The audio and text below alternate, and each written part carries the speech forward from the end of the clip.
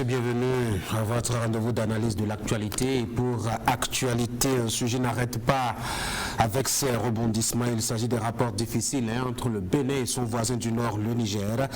Deux faits sont nouveaux dans cette affaire. Le chargement d'1 million de barils de pétrole par un cargo chinois parti du port de Semekoji. Le week-end écoulé, la sortie récente de Kemi Seba, le panafricaniste d'origine béninoise, qui a tenu une conférence de presse à Niamey et qui a dévoilé, selon lui, la présence de légionnaires noirs français qui formeraient des terroristes pour inquiéter Niamey. Nous allons analyser tout cela au cours donc de cette émission. Anissé Kalosoke, bonjour. Bonjour Tanguy. Mesdames et messieurs, bonjour. Nous allons évoquer par ailleurs aussi cette décision qui vient faire changer un peu d'humeur à l'actualité à Cotonou. Cette décision donc du ministère du Commerce d'interdire l'importation et la commercialisation de l'alcool en sachet. Et puis aussi cette triste nouvelle, l'immigration clandestine qui a fait encore des dégâts sur le continent, sauf qu'à cette occasion-ci, parmi les victimes, il y a qu'on dénombre des compatriotes béninois. Le drame est survenu au large des côtes tunisiennes. On va en parler. On commence d'abord, Anissé Kalosoke, par notre tout premier sujet. Les rapports assez compliqués et difficiles entretenus entre le Bénin et le Niger depuis quelques semaines. Maintenant que ça dure avec un pic, notamment ce refus de Cotonou de laisser passer le pétrole. Cotonou est revenu sur sa décision bien après. Et puis un cargo chinois qui a chargé, ma foi, 1 million de barils de pétrole, parti donc de Semekoji. Est-ce qu'on dira que les choses reviennent à la normale? Est-ce qu'on pourrait dire que les choses reviennent à la normale? Je ne saurais l'affirmer. Tout ce que je peux dire, c'est que manifestement, il y a un frémissement. Il y a un frémissement par le fait que le Bénin a posé un acte de bonne volonté et a donné le sentiment, en tout cas, que le dialogue n'était pas rompu et que l'exploitation du pétrole par le pipeline qui passe sous le sous-sol du Bénin n'est pas un problème. Est-ce que ça règle tous les problèmes? Est-ce que c'est le démarrage de tout? On ne saurait le dire puisqu'il y avait des réserves qui avaient été portées au cours des discussions où le Bénin voulait absolument qu'il y ait un certain nombre de garanties. Et puis, il y a le partenaire chinois qui s'est offert comme médiateur pour que les deux pays se retrouvent représentés à un niveau assez élevé pour engager des discussions. Est-ce que ces discussions sont en cours? Je l'espère bien. Tout ce que l'on sait, c'est que ça fait plaisir de savoir que cette opération a démarré et on souhaite tous ensemble qu'elle ne soit pas interrompue.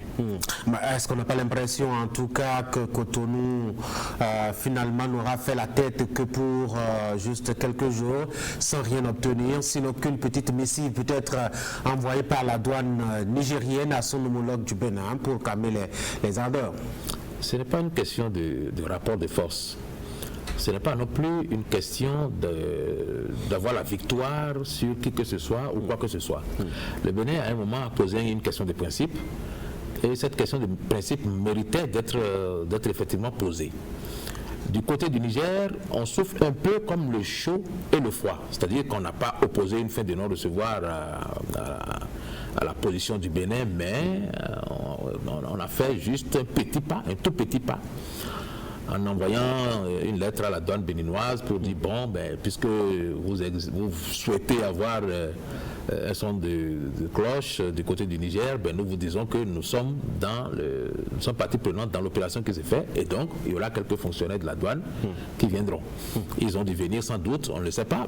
L'actualité, en tout cas le relais qu'on a dans la presse, c'est que les autorités ne sont pas venues, celles du Niger notamment ne sont pas venues et même celles béninoises ne se sont pas déplacées sur le site avant le départ du cargo qui a chargé. Alors le Bénin a d'autant plus de mérite d'avoir permis que le cargo charge malgré toutes les questions de principe qui ont été posées et en dépit du fait que le Niger garde une position rigide. Est-ce qu'on n'a pas l'impression que les Chinois sont venus juste régler leurs petits problèmes de l'instant plutôt que de faire entendre raison aux deux pays frères? Mais les Chinois ont fait ce qu'il faut pour que l'opération démarre, parce que c'est dans leur intérêt que ça ne s'interrompt plus. Et une fois que ça a démarré, ils se sont peut-être dit que les uns et les autres percevront l'intérêt qu'il y a effectivement à ce que le pétrole coule. Et qu'à partir de là, les choses seront un peu plus faciles à régler, parce que chacun aurait touché du doigt les intérêts réel qu'il y a à laisser passer le pétrole. Bon, est-ce qu'ils ont raison? On le verra bien. Ce qui est sûr, c'est qu'ils ne se croiseront pas les bras. Ils feront en sorte que les opérations puissent continuer. On a bien l'impression que tout va rester statu quo, hein, quand on voit que tout est silence radio au niveau des deux chancelleries. On n'a pas l'impression qu'on a envie de bouger les lignes. En tout cas, même si Cotonou donne la preuve sur la place publique qu'il est déterminé, on n'a pas l'impression que la crise va se résoudre d'ici à là. Non, mais parce que je vous le disais sur ce plateau, ce genre de crise ne se règle pas non plus sur la place publique. Il y a forcément des gens qui, dans les couloirs, essaient de concilier les positions, essaient de réunir les antagonistes. Et donc, je pense qu'à ce moment même, il se joue une diplomatie très active, mais très invisible. Qui devrait se heurter, hein, je dois dire, à la dernière sortie de Kémy Séba. Kémy Séba, c'est l'activiste panafricaniste d'origine béninoise. C'est vrai qu'officiellement, en tout cas, il a visiblement renoncé à sa nationalité française en brûlant son passeport devant les caméras et les flashs d'appareils photo. Il a fait une conférence de presse à Niamey après une entrevue avec le général Tiani.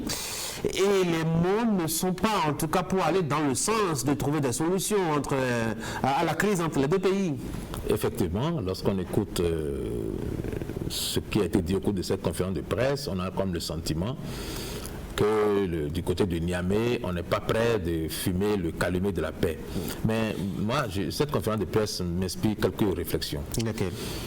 La première, c'est qu'il m'a semblé que les autorités du Niger ont eu recours à cette prestation de service pour masquer un peu la grosse bourde que l'on a pu noter dans la conférence de presse du Premier ministre du Niger, qui affirmait, d'une part, qu'il y avait des mercenaires, pas des mercenaires, des terroristes en formation sur le territoire du Bénin, et d'autre part que sur le territoire du Bénin, il y avait 5 bases militaires françaises. C'était une grosse bourde. Carte à l'appui, et je pense qu'il y a des militaires à Niamey qui ont dû dire au Premier ministre qu'il y a des limites à ne pas franchir dans les affirmations qu'on fait.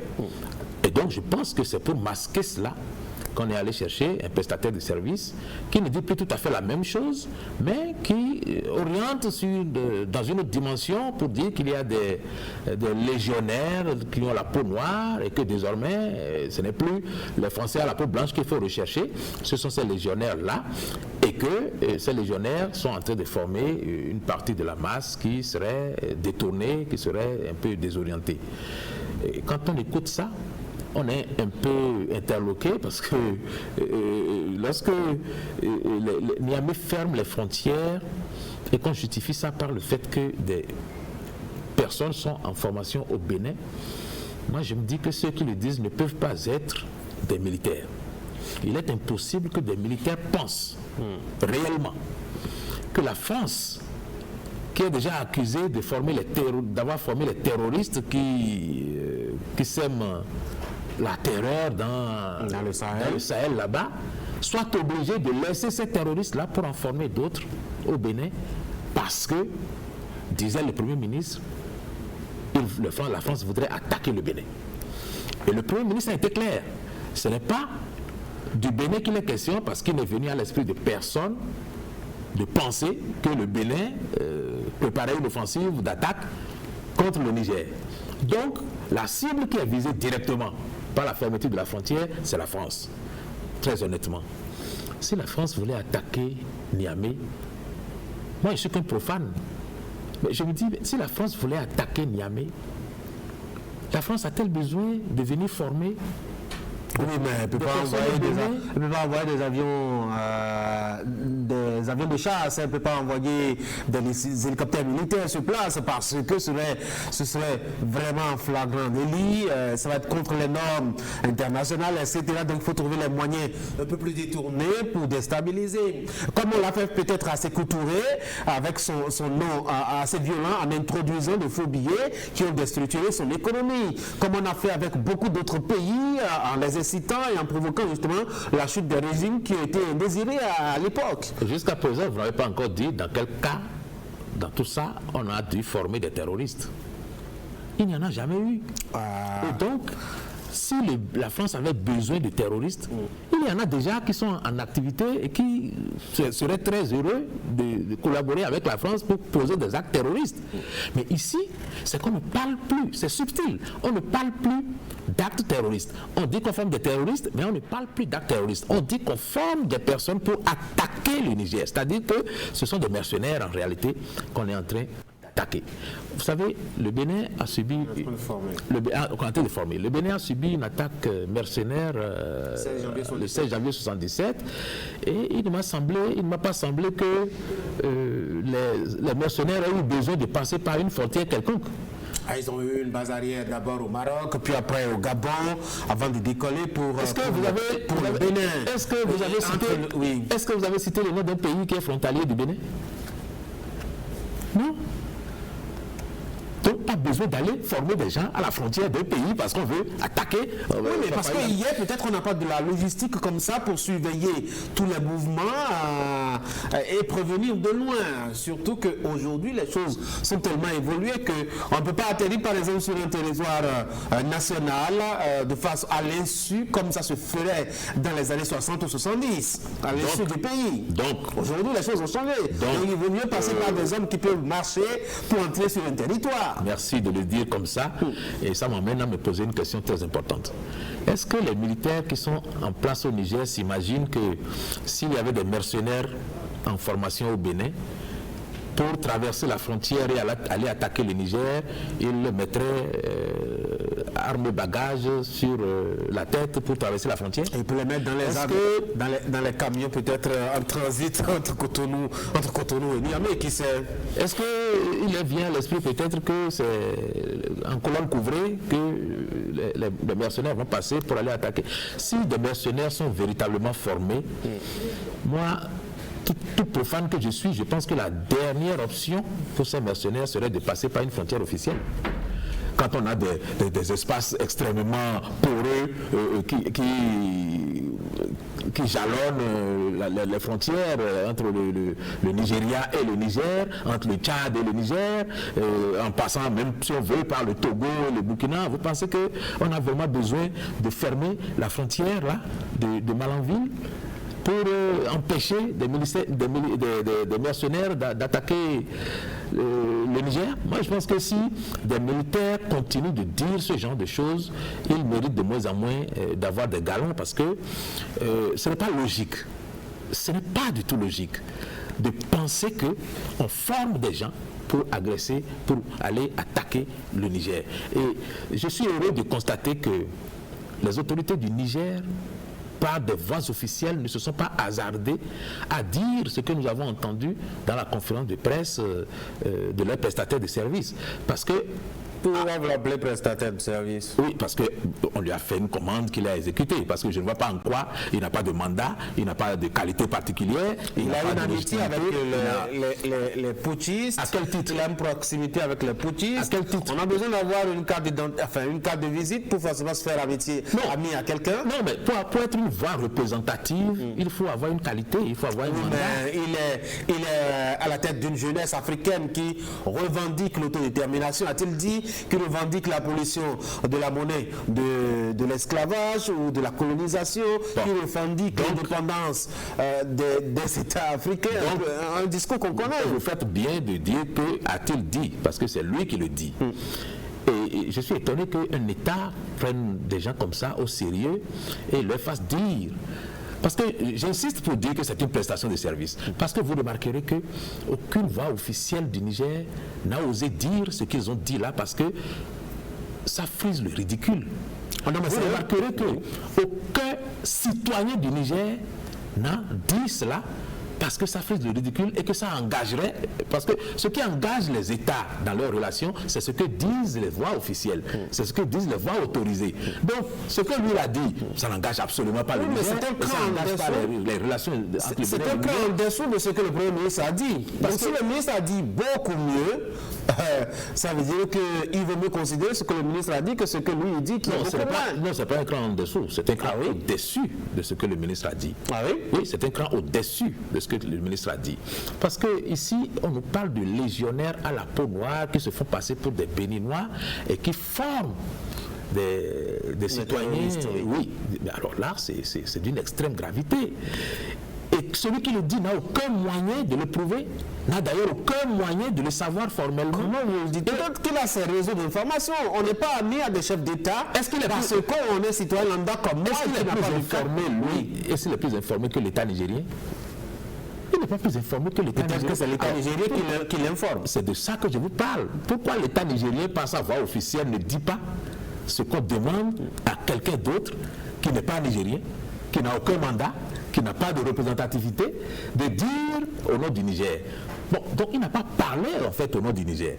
C'est pourquoi je vous dis que le Niger a pris une précaution en faisant faire cette prestation de service pour masquer la bourde du Premier ministre. Le Niger a pris la précaution de ne pas faire dire ça par un Nigérien, de ne pas faire dire ça par une voix officielle du Niger, de façon à ce que le Niger peut dire demain, non, nous n'avons jamais dit ça.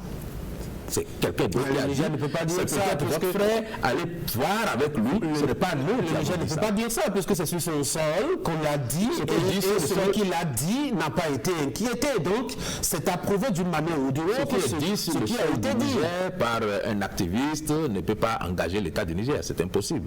Dans les rapports entre les États, il y a un niveau de réciprocité qu'on respecte. Donc, celui qui a parlé ne représente rien. Donc, on ne peut pas prendre en compte ce qu'il dit entre les rapports qui unissent le Bénin et le Niger. Et c'est pour ça que je vous dis que le Niger a pris cette précaution pour montrer quelque part que la porte n'est pas entièrement fermée, parce que si c'est de la bouche d'un officiel nigérien que sortaient ces choses-là, ça montrerait à quel point le Niger se serait radicalisé pour mettre un terme complet à toute médiation. Mais là, on a bien le sentiment que tout en continuant de faire monter les enchères, les Nigériens laissent une porte au dialogue et à la médiation, et c'est à saluer. On a l'impression aussi que Cotonou est resté un peu indifférent par rapport justement à cette sortie, et a préféré aussi confier la réaction à cette sortie à des prestataires aussi. On a vu des usines de communication qui ont tourné à plein régime juste quelques heures après cette sortie. C'est tout à fait cela. C'est une question de réciprocité. Si c'était une voix officielle du Niger qui avait parlé, ben ce serait une voix officielle du Niger et du Bénin du moins qui aurait réagi. Mais bon, comme c'est un prestataire de service qu'ils ont choisi, le gouvernement du Bénin aussi passe par ses prestataires pour essayer de répondre. Est-ce que ça ne devrait pas, tout ça ne devrait pas, c'est ridicule? C'est un théâtre de mauvais goût, il faut le dire très clairement. C'est quelque chose qui n'a pas de sens et qui ne devrait pas avoir lieu. Et je pense qu'il faut que de part et d'autre, on se prenne un peu plus au sérieux pour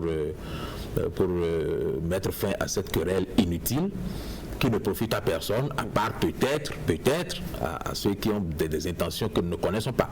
Sinon, c'est une querelle qui n'a aucun sens. Ça n'a aucun sens, absolument pas. Et moi, je suis toujours intrigué par le silence des organisations sur le continent. Oui, mais la seule organisation qui pouvait donner de la voix est devenue complètement aphone. C'est la meilleure occasion pour se rattraper, pour se faire... Non, c'est fini. Je vous ai dit la dernière fois, la CEDEAO a d'autres chats à fouetter. Elle n'est plus dans la logique d'intervenir dans un débat qui est perdu d'avance. Bon, et elle ne serait plus aujourd'hui écoutée comme elle était hier.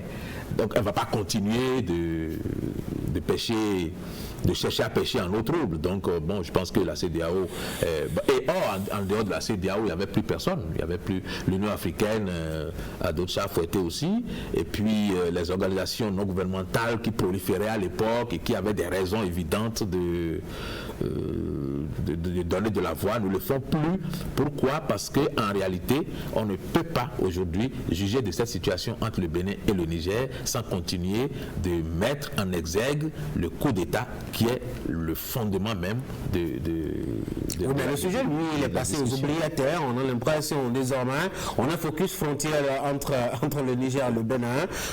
Passé aux oubliettes, la présence des militaires au pouvoir. Oui, bon, c'est passé par perte et profit. Et comme je vous l'ai dit, aujourd'hui, tout pays est livré à lui-même. Si un pays doit connaître un coup d'État demain, il n'y a plus aucune inquiétude, il n'y a plus aucune appréhension à avoir de la part des putschistes parce que ils sont en roue libre, personne ne leur dira rien. Quel pourrait être le médiateur idéal dans cette affaire?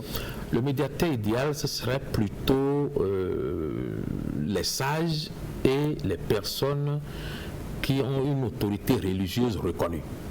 Il y en a de part et d'autre. Et je pense qu'à l'heure où nous parlons, ces personnes-là sont en train de s'activer pour que les autorités puissent se parler.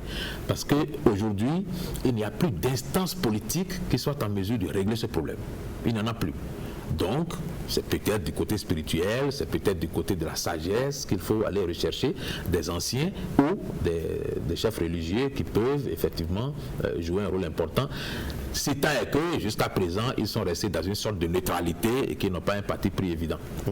Alors, certains pensent à N'Djamena qui pourrait intervenir parce que N'Djamena partage quand même quelques proximités avec Niamey, les réalités géographiques, c'est le Sahel, les réalités politiques, ces deux putschistes qui sont au pouvoir, même si entre-temps, l'autre a quand même troqué son uniforme contre, je dois dire, un boubou blanc de démocrate parce qu'il a été élu récemment. C'est quand même deux États largement dominés par la religion musulmane, donc proximité religieuse. C'est deux États qui partagent des frontières. C'est deux États qui ont quand même été colonisés par la France. Ça pourrait être l'interlocuteur peut-être idéal pour parler à ceux qui dirigent le Niger aujourd'hui, non? Ce n'est pas exclu. Ce n'est pas exclu du tout, parce que c'est un président qui vient d'obtenir une légitimité toute neuve et qui, de ce fait, pourrait jouer un rôle.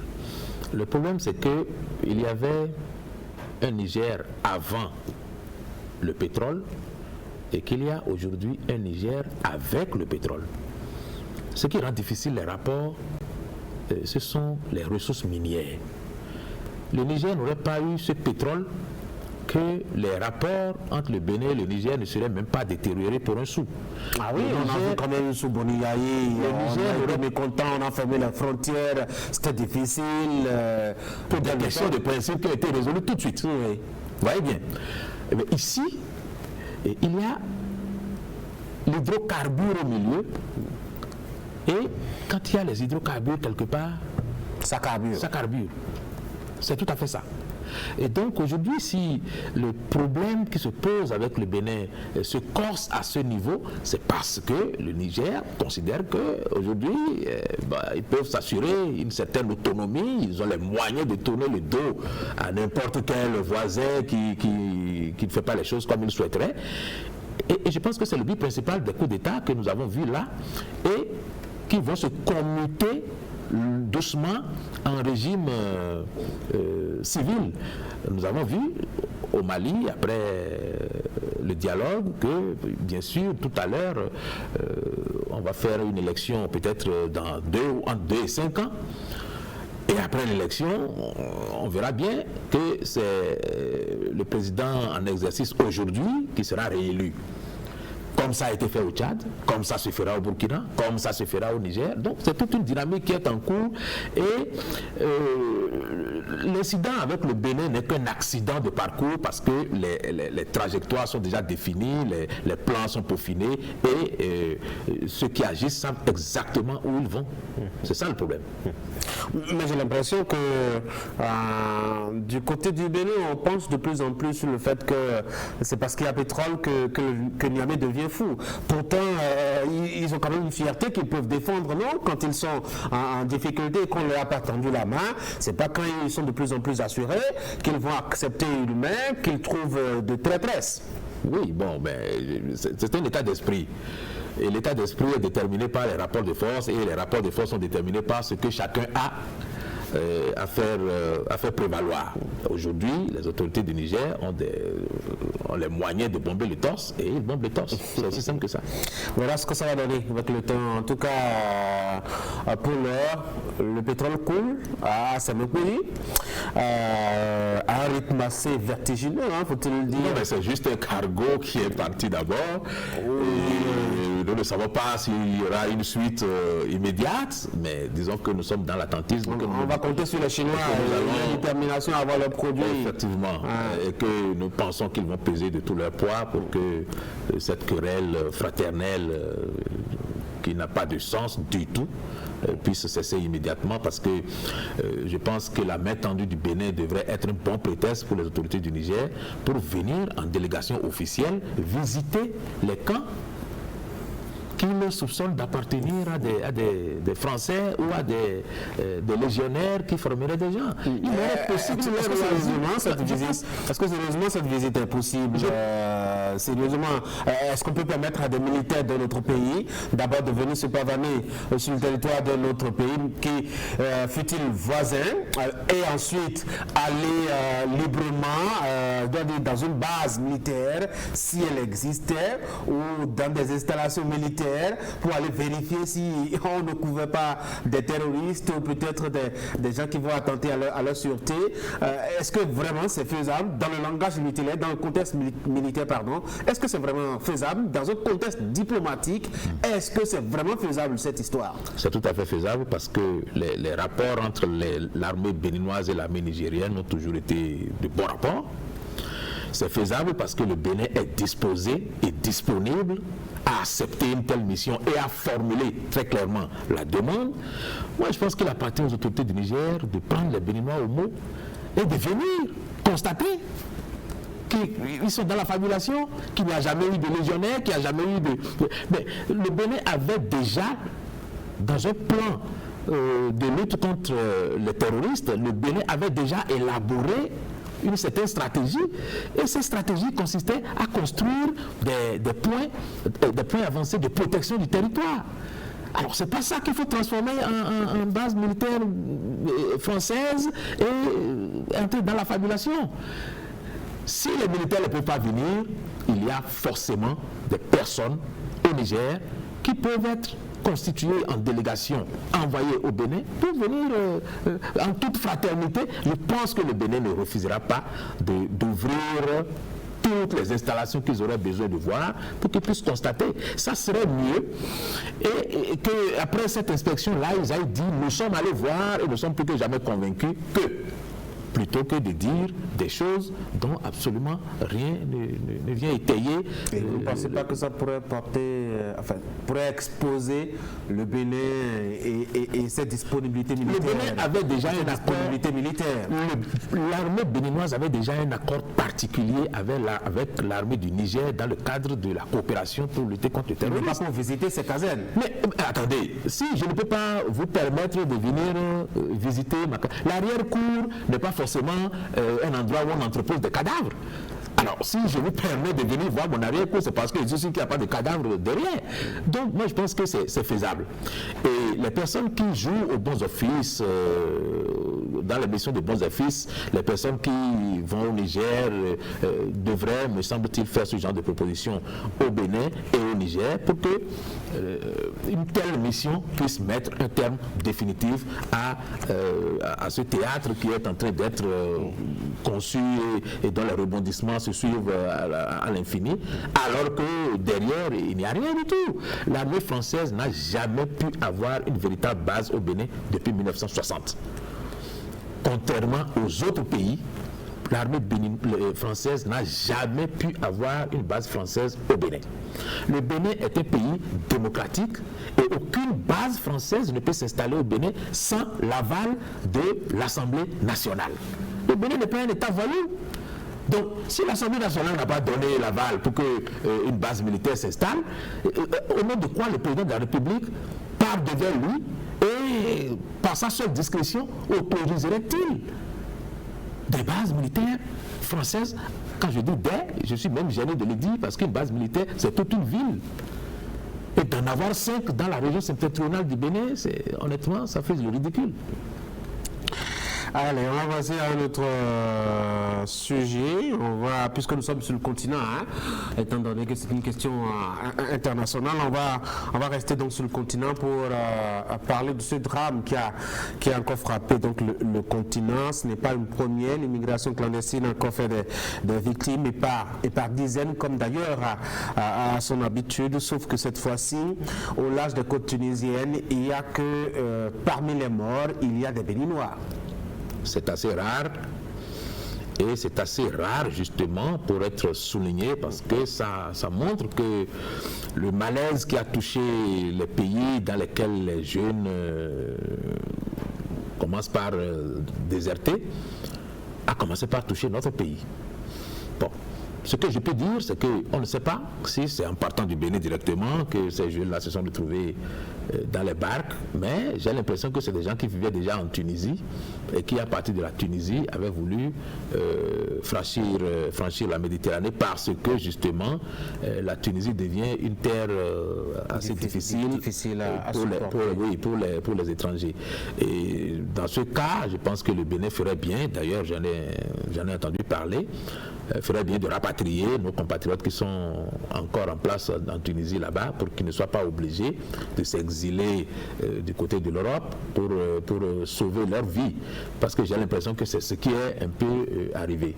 Bon, mais quand j'ai dit ça, je pense que dans toute l'Afrique, la jeunesse est un peu malade. Malade de ne pas constituer une force véritable sur laquelle on compte pour bâtir nos pays. On ne construit pas nos pays avec les jeunes aujourd'hui. On met les jeunes un peu à l'écart de tout. Ils sont marginalisés, ils n'ont pas de travail, ils n'ont pas de responsabilité et on ne les sollicite même pas pour les efforts de construction nationale. Et il ne constitue qu'un bétail électoral pour les hommes politiques qui vont s'asseoir et prendre des décisions.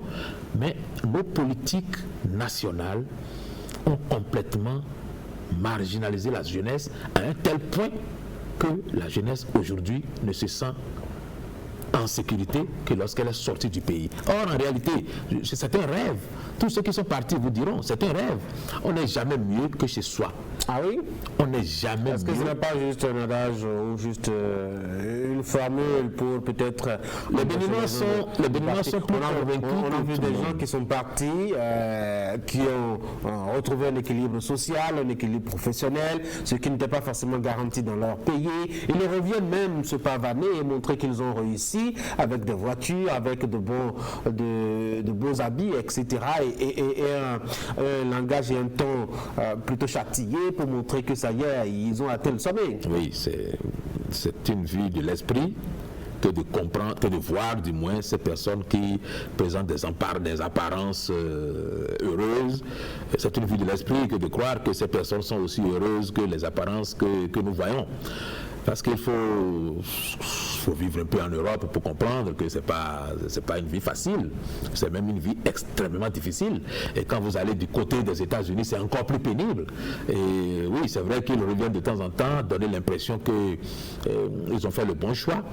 Mais les jeunes, particulièrement les jeunes du Bénin, savent depuis longtemps qu'on n'est jamais mieux que chez soi. Et nous faisons partie, me semble-t-il, des pays dont les jeunes s'exilent le moins possible. Ah oui, c'est vrai. Et il n'y a pas beaucoup de jeunes qui s'exilent sur notre territoire. Il y a des quartiers en France où il y a des jeunes des pays qu'on peut citer en exemple tout de suite pour dire tel pays, c'est la jeunesse de tel pays qui occupe tel quartier, c'est la jeunesse de tel pays qui occupe tel autre. Il y a des des pays en Afrique où les jeunes ne cherchent même pas à faire l'effort de rester chez eux. Est-ce qu'il y a vraiment un moyen de faire arrêter l'hémorragie? Parce que j'ai l'impression que quand ça se passe, on fait espoir de montrer avec les caméras occidentales que bon, c'est difficile et c'est dangereux de traverser la Méditerranée. Voici ce qu'on devient. Donc on brandit les cadavres pour dissuader les autres arrivées, mais ça ne dissuade pas. Sur le continent, on s'en émeut. Et puis après, on va qu'à autre chose, le temps de découvrir à nouveau qu'il y a une nouvelle vague qui s'est encore noyée dans l'océan. J'ai l'impression qu'on est en train de suivre un drame et qu'on se refuse même à agir. Et vous faites bien de le dire. Vous faites bien de le dire. C'est un drame que nous faisons même semblant de ne pas voir. Et j'en ai parlé le week-end la semaine dernière ici. C'est un drame que nous faisons semblant de ne pas voir. Et pourtant, il y a des alertes qui ont été données par des hommes politiques, même chez nous, mais nous faisons toujours semblant de ne pas entendre le cri de cœur de ces personnes qui osent dire des choses parfois extrêmement graves, mais que nous tournons un peu en dérision et que la politique politicienne noie aussitôt que ça a été dit. Ce n'est pas dans mes habitudes de venir sur ce plateau avec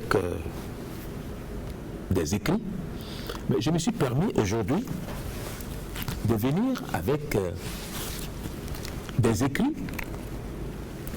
parce que je voudrais citer des hommes politiques et je ne voudrais pas donner l'impression de les citer de mémoire et donc de donner l'impression que ça n'a pas été dit. Ça n'a pas été dit exactement comme ça ou que j'ai mal interprété. C'est pourquoi je vais utiliser leurs mots exacts pour dire ce que nous avons pu entendre. Nous ne faisons pas attention souvent parce que le 11 octobre 2011, non, en octobre 2011, lorsque Boni Yayi rencontrait les douaniers, parce qu'il en avait marre d'expliquer que le pays est en difficulté, d'expliquer pourquoi nous n'avons plus de prêts, pourquoi plus personne ne veut donner de l'argent au Bénin, d'expliquer pourquoi le pays est dans un état lamentable. Il a dit quoi à l'occasion? Il a dit à l'occasion une phrase qui est restée célèbre, mais j'ai eu l'impression qu'on a un peu coupé une partie de cette phrase. Et d'ailleurs, cette phrase, nous ne nous en servons pas, alors que nous devrions tous les matins jouer ça, cette phrase à la radio, à la télévision, pour que chacun puisse avoir à l'esprit ce que nous avons comme problème. Quand nous n'avons pas conscience d'un problème, nous ne pouvons pas le régler. Il disait quoi? Il disait, citation, « Tout n'a pas été que mauvais pendant la Révolution. Il arrive des moments où je rêve de ça. Vous pouvez le dire. Le samedi, tout le monde savait qu'il fallait balayer devant sa maison. Aujourd'hui, tout le monde attend que Boni Yayi vienne le faire. Ils attendent.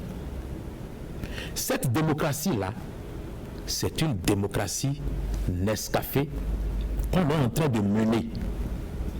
Une démocratie Nescafé. Nescafé, chargé de désordre et d'anarchie. On n'ira jamais à la prospérité si nous ne changeons pas de chemin. En quoi cela a un lien? Il faut que nous changions de chemin, mes chers amis. Ce que j'essaie de dire, c'est que Boni Yayi, qui était président en exercice à ce moment-là, voyait à quel point il nous était possible d'avancer. Mais que par nos erreurs, que par notre égoïsme, que par notre propension à ne penser qu'à nos intérêts, nous avons complètement oublié les intérêts du pays qui doit profiter aux jeunes pour ne penser qu'à nous-mêmes aujourd'hui et tout de suite. Et Boni Yayi, ce qu'il essayait de nous dire, c'est que nous étions sur un chemin qui ne conduira jamais le pays à la prospérité. Donc, les jeunes qui sont derrière ne bénéficieront jamais de quoi que ce soit dans ce que nous faisons. Et c'est ce que nous observons. Les jeunes sont totalement marginalisés parce que les politiques publiques les ont oubliés. Il y a une autre À la suite de ça, Éric Mouleté, qui appréciait la gestion de Boni Yayi, a dit ceci, citation, « Nous avons été trompés, pressurés, persécutés, spoliés, volés de 2006 à aujourd'hui, par notre faute. Parce que nous avons cru avoir affaire à quelqu'un de neuf, à quelqu'un qui a de la compétence, et nous nous sommes rendus compte, comme on dit chez nous, que nous avons mis le jackpata et le zékété dans notre poche. C'est ça la question. Il faut s'en débarrasser. Il faut s'en débarrasser. Il faut s'en débarrasser. Si un régime comme celui-là a pu nous faire souffrir à ce point, a pu détruire systématiquement notre économie et notre tissu social, il faut s'en débarrasser. Ça a un lien à voir avec l'immigration et les morts. Ce que j'en tire comme conclusion, c'est que l'honorable Mouleté est en train de faire un constat qui ressemble à tous les constats que nous faisons lorsqu'un président en exercice est en fin de mandat. Ce qu'il a dit, c'est exactement ce que l'opposition dit aujourd'hui par rapport à la gouvernance de Patrice Talon. Ça veut dire quoi? Ça veut dire que ce n'est pas le changement de président qui change quoi que ce soit. Parce que le président, quoi qu'il ait envie de faire, il travaille avec les mêmes personnes dans le même système et le résultat est le même. Ça veut dire que, pour en revenir à ce que Boni Yayi disait, si nous ne changeons pas de chemin, nous n'irons nulle part. Il y a un troisième bout de papier. Il y a un troisième bout de papier. Et celui-là a été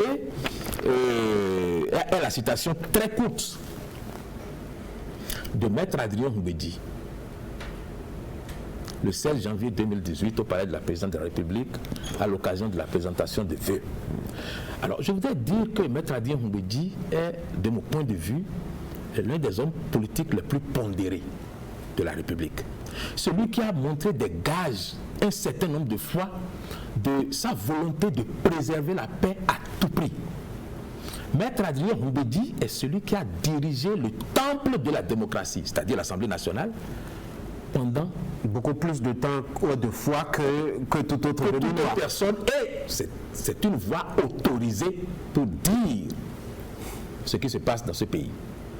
Et ce jour-là, Maître Adrien Mbedi disait, citation, « L'État que vous avez hérité, en s'adressant au chef de l'État, est un État fragmenté, fragilisé, banalisé, descendu de son piédestal et dans lequel tout est à défendre. » J'ai l'impression que vos bouts de papier, c'est pour parler de la gestion de Boni Yayi, alors que l'État de Bénin, il n'est pas seulement créé à partir de 2006. Boni Yayi a hérité aussi d'un État qui n'était pas des meilleurs en 2006. Vous avez tout faux si vous pensez que c'est la gestion de Boni Yayi qui me préoccupe. Alors nous parlons d'immigration. Alors quel est le lien avec la conséquence de l'immigration? C'est la mauvaise gestion de l'État, c'est la mauvaise politique publique adoptée depuis 34 ans et qui marginalise complètement la jeunesse et qui fait que nous mangeons notre blé en herbe sans rien laisser à nos enfants. C'est ça que j'essaie de dire. Ce que j'essaie de dire, c'est que la démocratie a été un bon prétexte pour entrer dans la jouissance depuis 34 ans sans jamais accepter les efforts de sacrifice, les efforts qui font qu'on construit quelque chose pour les enfants. C'est dans le sacrifice, la douleur, c'est dans les privations qu'on construit un pays, c'est pas dans la jouissance. Or, depuis 34 ans, nous sommes exclusivement dans la jouissance. Mais à quel moment nous construisons quelque chose en pensant aux enfants qui sont derrière? C'est ça le problème. On refuse nos salaires désormais, on va plus rien, ou bien on marche désormais, on laisse tomber nos voitures. Qu'est-ce qu'on fait? Puisque justement, aucun des régimes qui se succèdent n'a de réponse. Vous n'allez pas me dire que c'est le régime qui est en place qui a une réponse. On a aussi l'impression, en tout cas, l'opposition dit qu'on est dans un contexte où le tissu social est fragmenté, que la gestion politique, la gouvernance est difficile, compliquée, et que l'État démocratique a remis en cause. Et c'est la même chose qui sera dite jusqu'en 2050, 2060, 2070 si nous ne prenons pas la responsabilité de décider, de nous asseoir pour évaluer le chemin parcouru et prendre des décisions pour changer de chemin. Il faut changer de chemin, sinon la jeunesse va continuer à mourir dans la Méditerranée. Et le gros travers de ça, c'est peut-être le troisième sujet que vous allez amener, qui fait que les jeunes sont obligés de se droguer à des substances oui, justement, le temps il est complètement parti. Il y a à peine 4 minutes pour tenir dans ce sujet-là.